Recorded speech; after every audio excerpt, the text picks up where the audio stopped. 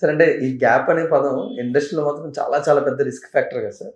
So దాన్ని మీరు మళ్ళీ రిటర్న్ వస్తున్నప్పుడు మీ సరౌండింగ్స్ కానీ మీ చుట్టుపక్కల ఉన్న మనుషులు కానీ దాన్ని ఎలా రిసీవ్ చేసుకున్నారు సార్?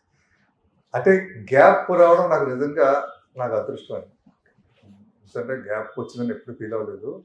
దానివల్ల ఏమైందంటే నాకు ఎక్కువ ఫ్యామిలీ బాధ్యతలు నిర్వర్తించుకున్నాను. మా అమ్మాయి పెళ్లి చేశా, వాహ్, అమెరికాలో సెటిల్ అయింది. సూపర్. అబ్బాయి పెళ్లి చేశా, హ్యాపీగా సెటిల్ అయ్యాడు.